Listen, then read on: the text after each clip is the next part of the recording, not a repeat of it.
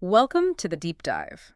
Today, we're diving straight into how interconnected devices, the Internet of Things, are really shaking up manufacturing. Yeah, it's a huge shift. Think about it.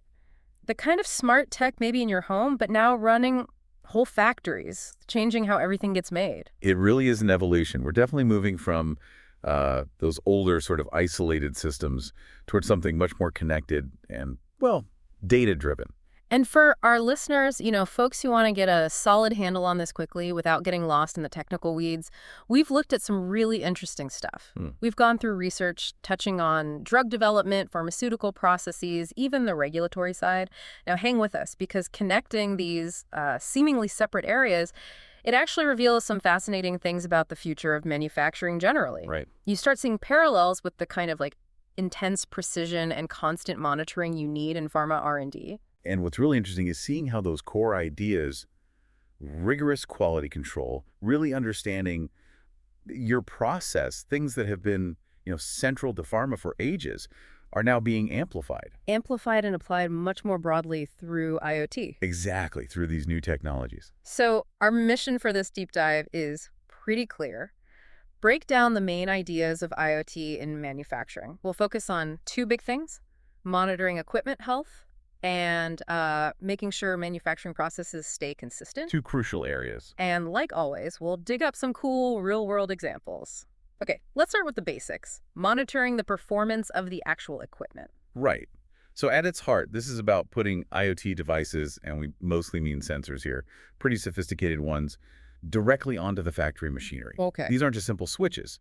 They're advanced tools constantly tracking different signals that tell us how the equipment is doing, its health, its efficiency. It's almost like giving the machines a nonstop health check, like a Fitbit for a giant press.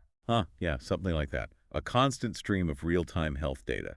So what kind of data specifically are these sensors grabbing? Well, we're talking key things like temperature, for instance, Mm-hmm. that can warn you about overheating or maybe energy waste. Mm-hmm. Vibration is another big one. Mm. Weird vibrations can mean wear, maybe misalignment, other mechanical problems brewing. Right, subtle signs. And pressure readings, of course, super important in lots of processes with liquids or gases. Mm. But that's just scratching the surface. It really depends on the machine and the process itself. Okay, so you've got this flood of data coming in. What's the actual payoff? Why is this such a big deal? Oh, the advantages are pretty significant. Mm. One immediate thing is catching potential failures way earlier than you could before. Earlier, how? By constantly watching these data streams, you spot tiny changes, deviations from normal, often long before a human inspection would catch them. Think of those vibration sensors like a digital stethoscope, hearing the faint whispers of trouble weeks, maybe months ahead. Wow, okay, so it's about nipping problems in the bud before they become massive, expensive breakdowns. Precisely. And that flows right into predictive maintenance. So instead of just sticking to a fixed schedule, which might mean fixing things that aren't broken or missing things that are, Right, yeah. you schedule maintenance based on the actual live condition of the machine. Okay, that makes sense. Now, here's where I see a link to the pharma world. We talked about quality by design before, needing tight control over process parameters for making drugs. Is this equipment monitoring sort of the same idea? Absolutely. Pharma operates under incredibly strict quality rules. A bad batch of medicine, the consequences are, well, dire. Yeah. So they've known forever how crucial it is to monitor and control everything. What IoT is doing now is bringing that same kind of detailed, continuous watchfulness to, well, all sorts of other manufacturing. So that obsession with consistent quality in pharma is now a major goal for smart manufacturing everywhere. It's a key driver and a major outcome, yes. Got it. Okay, so moving beyond just the individual machines, Hmm. how does IoT help make sure the whole manufacturing process stays consistent start to finish? Yeah, good question. It builds right on that equipment monitoring. These IoT devices, they aren't just looking at one machine in isolation. They're tracking key parameters across all the different steps on the production line. Like what? Could be environmental stuff, temp and humidity in a clean room, say, Hmm. or the exact flow rates of materials, even how much energy each step is using. So you get a much bigger picture, like an end-to-end view of the whole operation. Exactly. And the real magic happens when you pull all that data together, integrate it. Okay. Information from all those different sensors, machines, it all gets collected and fed into central systems for, some pretty heavy analysis. This is where data analytics and increasingly AI become really critical tools. So it's not just about hoarding data, it's about actually using it to figure things out, improve things. Precisely. Yeah. These powerful tools can spot subtle patterns, trends, connections in the data that a person might just never see. And that can lead to optimizing the whole process, tweaking parameters to boost efficiency, cut waste, and, crucially for this chat, ensure that the final product is consistently high quality. Right, consistency again. You mentioned AI. How specifically does that help with process consistency? Well, AI algorithms can learn from all the historical data, Hmm. what good production runs look like, but also what happens when things start to go a bit sideways. Okay. By seeing those patterns, the AI can then predict, in real time, if a process seems to be drifting away from its sweet spot. Ah, like an early warning system for the process itself. Exactly. And that allows for proactive adjustments, often automated adjustments, to nudge it back into line before you actually get inconsistencies in the product. This sounds a lot like those high-tech analytical methods in pharma. We've talked about things like HPLC, high-performance liquid chromatography, being vital for checking drug purity and consistency. Is IoT doing something similar for manufacturing in general? That's a really good analogy. HPLC gives you that super detailed chemical fingerprint of a drug batch, right? Making sure it's pure, consistent. Yeah. IoT, in a way, gives you a continuous real-time operational fingerprint of the manufacturing process itself, Hmm. using all that physical and operational data. So instead of just testing the end product. Right. You have this constant flow of information during production. Yep. It lets you monitor and tweak the process as it's happening. It's like uh, continuous real-time quality control baked right into the line. So definitely a shift from reactive QC check the end result to proactive process management, Right. managing the whole journey. Okay, let's talk tech for a second. What are some actual examples of sensors used out there? Oh, there's a huge variety. We mentioned temperature, vibration, pressure. Yeah. Those are kind of foundational. Uh-huh. But you also see things like acoustic sensors, listening for weird noises from machines, stuff you might not see or feel. Like a failing bearing starting to whine. Exactly. Or optical sensors cameras, essentially doing automated quality checks, spotting tiny visual defects on the line. Okay. And then there are proximity sensors, motion detectors, tracking where materials and equipment are, helping with logistics, finding bottlenecks. So physical sensors, chemical, optical, a whole toolkit. Pretty much, yeah. Hmm. Accelerometers for vibration, chemical sensors for the environment, optical for inspection, each giving a different view. You mentioned vibration sensors detecting really tiny changes. That sounds pretty sophisticated. It is. Often they're super sensitive accelerometers, picking up very subtle shifts in frequency or amplitude.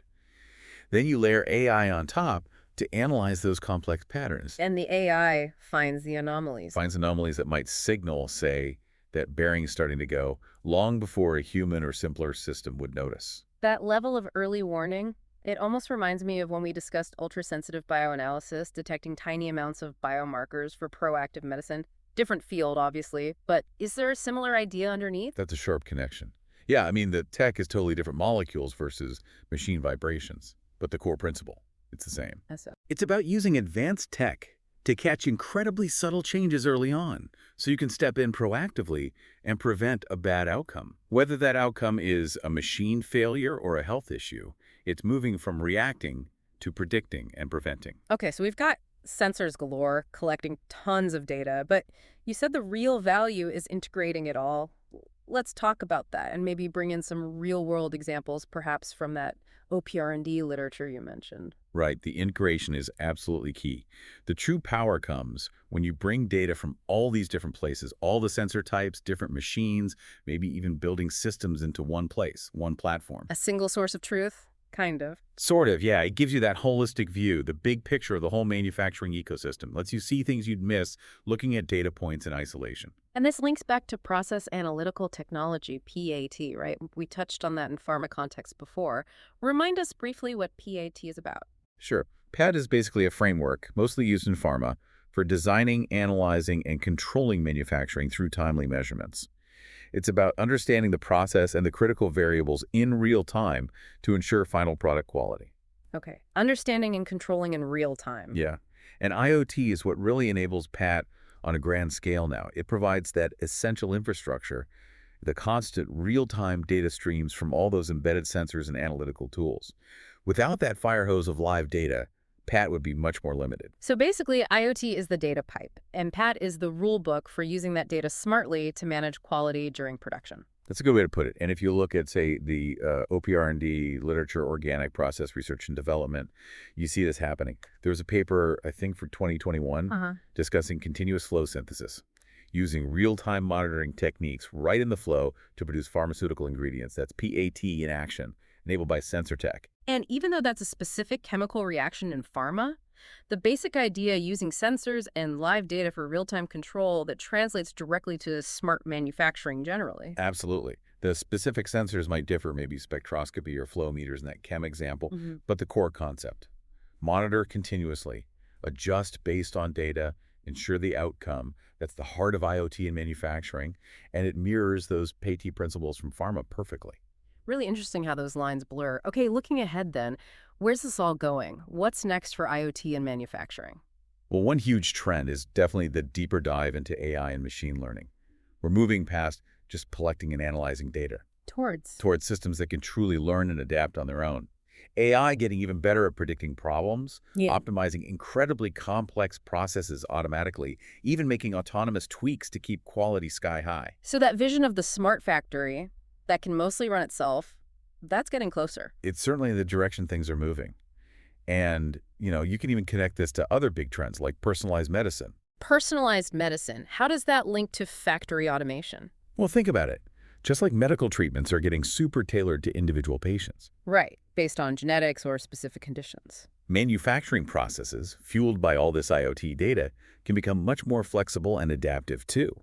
Optimized for specific product variations, maybe handling smaller custom batches efficiently, or adjusting on the fly to changing conditions. So the data allows for more precision and responsiveness, whether it's tailoring a drug or tailoring a production run. Exactly. It's harnessing data to build more intelligent, responsive systems across the board, improving health or improving how we make things. Makes sense. Okay, let's try and wrap this up. Key takeaways from our dive into IoT and smart manufacturing. I think the main message is this. IoT lets you watch equipment and processes constantly, in real time. And using that data well leads to big gains. Better reliability through predictive maintenance, much more consistent quality, and smarter ways to optimize how things are made. And we saw clear parallels with pharma, where that intense focus on data-driven monitoring and control has always been absolutely critical for ensuring safe, effective products. Those principles are now spreading out. Precisely. That focus on understanding the critical factors, gathering the live data, and using it to keep tight control, that's a shared foundation driving progress in both areas. So a final thought for our listeners to chew on. With sensors getting smarter and data analytics getting more powerful all the time, what might fully autonomous manufacturing look like? When could it become widespread? And maybe more importantly, what would the ripple effects be? For industries, for jobs, for society? It's definitely something complex to think about. It really is. It raises big questions about automation, human roles, and the broader impact of these fast-moving technologies. Thanks for joining us for this deep dive today. We hope exploring this world of IoT and smart manufacturing has given you some valuable insights.